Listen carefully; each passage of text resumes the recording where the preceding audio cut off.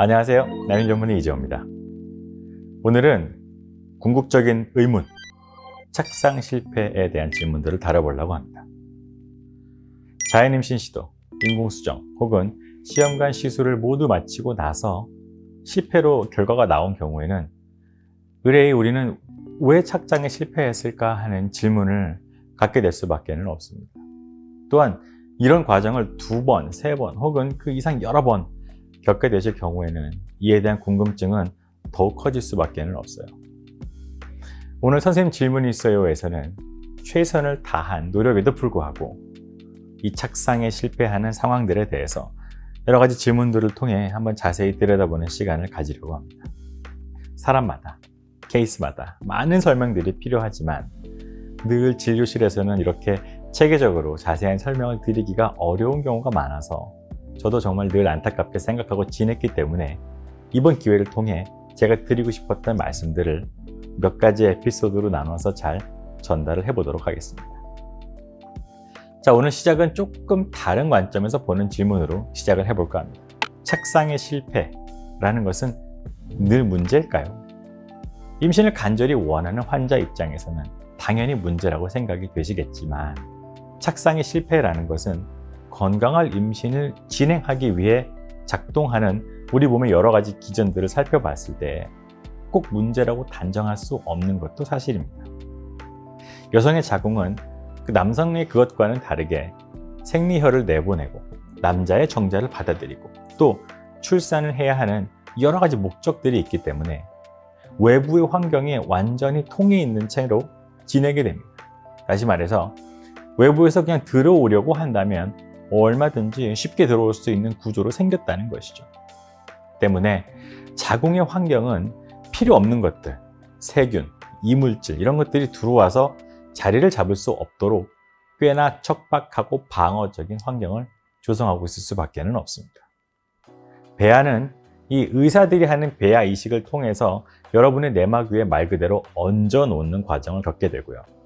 배아 그때부터는 스스로 부착, 접착, 또 침투 이런 일련의 과정들로 혈관을 내막 조직의 뿌리를 내리는 과정을 하게 되는데 건강하게 자랄 수 없는 배아라면 이런 일련의 과정을 충실히 수행하지 못하게 됩니다.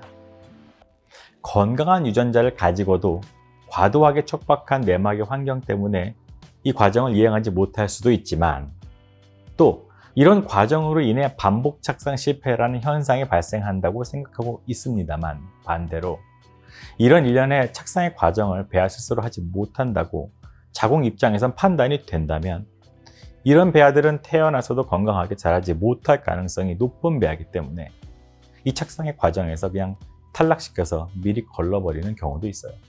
오히려 이렇게 걸러내는 기능이 떨어지는 분들은 잘못 클 수밖에 없는 배아를 일단 무조건 착상시키고 클 수 있는 힘은 배아 스스로 모자라기 때문에 결국 유산이 되어버리는 반복 착상 실패자가 되는 경험을 하기도 합니다. 때문에 이것이 과도하지만 않다면 적정선에서 건강하지 못하는 배아를 착상시키지 않는다고 해서 본인에게 착상이라는 과정에 문제가 있다라고 단정 짓기는 좀 어렵습니다. 이런 관점에서 보면 자연스럽게 반복 착상 실패라는 진단에 대해서 조금은 다른 관점이 있구나 하는 생각이 드실 수도 있습니다. 과연 반복 착상 실패라는 개념이 의미가 있을까요? 우리가 통상적으로 알고 있는 것처럼 다낭성 난수 증후군, 자궁 내막증 이런 것처럼 그냥 또 하나의 카테고리에 문제가 되는 컨디션일까요? 반복 착상 실패라는 현상에 대한 검사법이라는 건 사실상 존재하지 않습니다. 엑스레이를 찍고 피를 뽑고 조직 검사를 해서 반복 착상 실패자라고 정의할 수 있는 방법은 사실 엄밀하게는 없어요. 실제로 국제적으로 받아들여지고 있는 반복 착상 실패라고 하는 현상의 정의 또한 제각각으로 의사마다는 조금씩 다 받아들여지고 있는 것이 다르게 존재합니다. 이 배아라는 것은 모체의 입장에서 봤을 때는 그저 외부에서 침입한 적 또는 기생충 이런 것과 같은 존재예요. 모체의 유전자를 일부 가지고 있지만 아빠한테서부터 온 유전자 또한 절반씩이나 가지고 있기 때문에 몸은 그저 적으로 인식할 수밖에 없습니다. 모체에게 있어서 이와 같은 외부 물질은 그저 제거해야만 하는 대상일 뿐이에요. 이와 같이 적으로 인식해서 공격을 하기 시작하는 현상은 근데 자궁에서만 일어나는 게 아니라 각종 예를 들면 장기 이식 같은 데서도 흔하게 볼 수 있는 현상입니다. 여러 면역세포들이 일사불란하게 서로의 시그널에 맞춰서 염증 물질들을 배아를 향해 분비하고 이로 인해서 배아세포의 막이 뚫리고 사멸에 이르게 하는 이 전투 장면은 장기 이식 거부에서만 나타나는 게 아니라 모든 배아의 착상의 과정에서 일어날 수 있는 일이고요. 적으로부터 우리 몸을 보호하고자 하는 필수적인 그렇게 작동해야만 하는 그런 메커니즘입니다. 그리고 배아는 이 현상을 관리하고 이겨내야만 성공적인 착상을 시작시킬 수 있습니다. 때문에 착상의 실패는 질병의 개념이 아니라 늘 일어날 수 있고 어찌 보면 굉장히 자연스러운 현상일 수도 있다는 것을 여러분이 기억해 두실 필요가 있습니다. 이런 진단적 어려움 때문에 그렇지만 또 혹시나 우리가 놓치고 있는 건 없는지에 대한 우려로 일반적으로 좋은 배아를 한 3번 정도 이식을 했는데 실패를 하면 저도 마찬가지로 반복 착상 실패 검사라는 것들을 진행을 하고 있지만 그거의 효용성에 대해서는 이러한 이유 때문에 아쉬운 부분들이 있기도 합니다. 선생님, 저는 난자도 잘 자라고 수정도 잘 됐다 그랬고 배아 등급도 진짜 좋다고 들었는데요.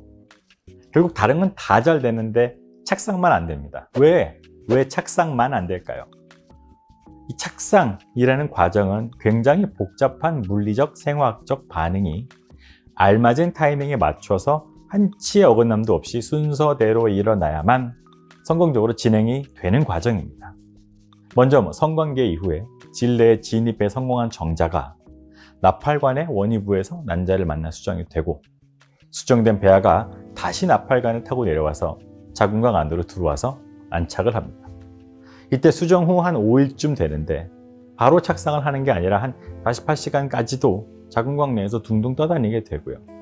이후에 부착, 접착, 침투의 과정이 시작되게 되는데 성공적인 착상을 위해서는 먼저 배아가 1번 정상적인 유전자를 가지고 있어야 하고 2번 착상을 잘할 수 있는 배아의 세포 구조, 즉 유전자를 포함하고 있는 그 핵 말고 배아 표면에 내막과 결합을 할 수 있는 물질, 예를 들면 L-셀렉틴과 같은 물질이 온전히 있어야 됩니다.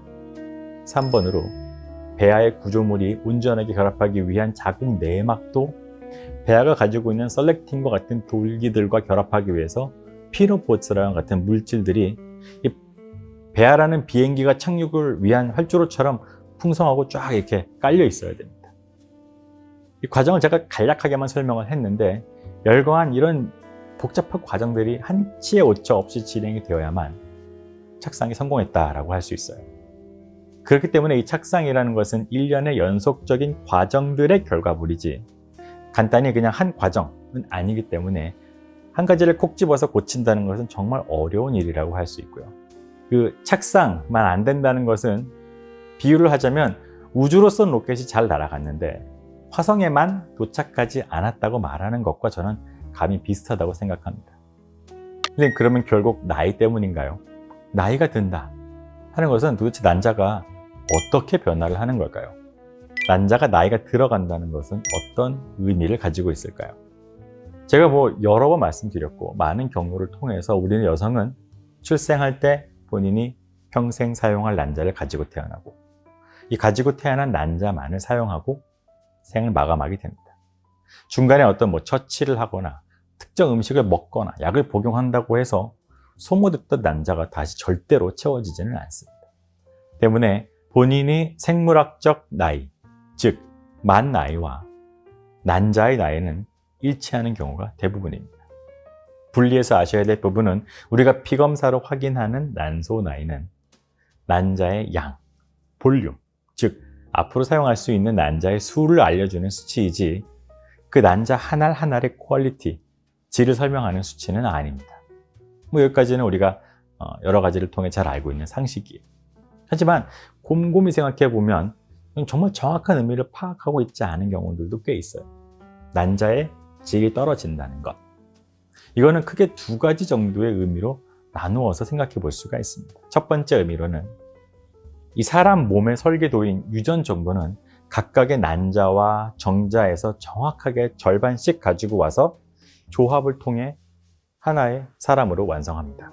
하지만 이 설계도에 따라서 실제로 에너지를 만들어내고 실제로 분열을 진행하고 이러한 세포의 각 기관들, 즉 세포질은 95% 이상 난자 내의 것을 사용하게 돼요.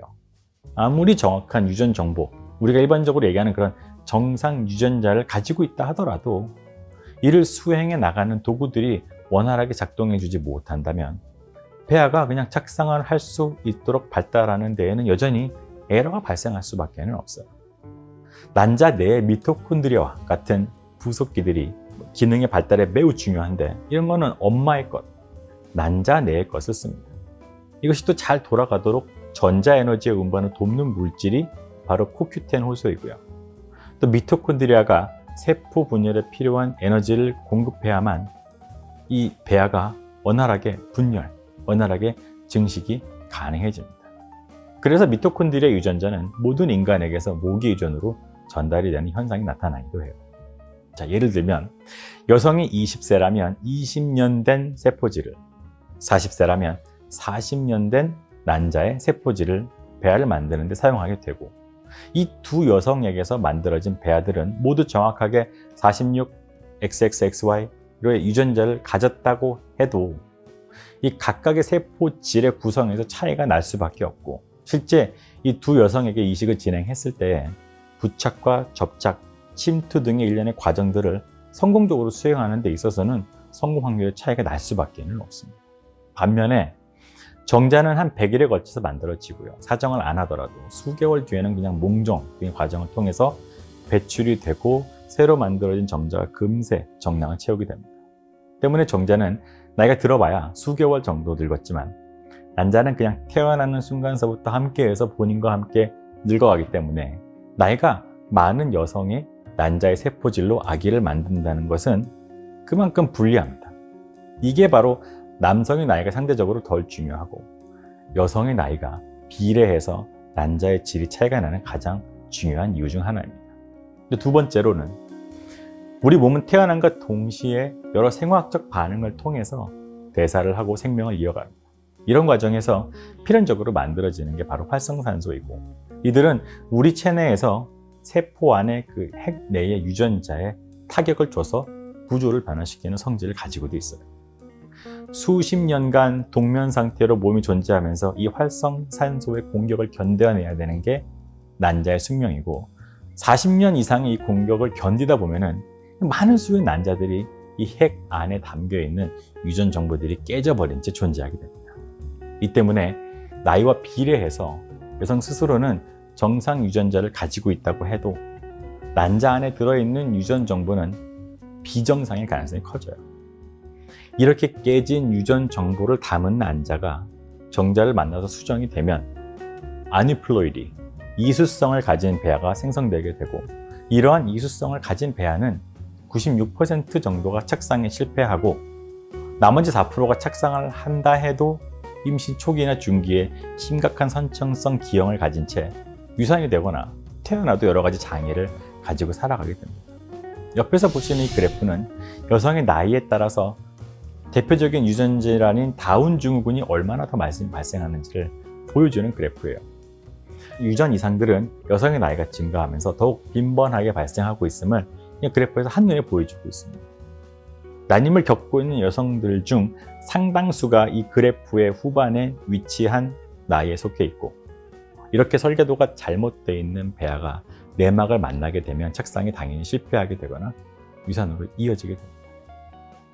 오늘은 이 착상 실패의 진정한 의미 그리고 실패의 과정과 왜 여성의 노화가 착상 실패의 원인으로서 중요한 원인으로 작동하는지에 대해서 알아봤습니다.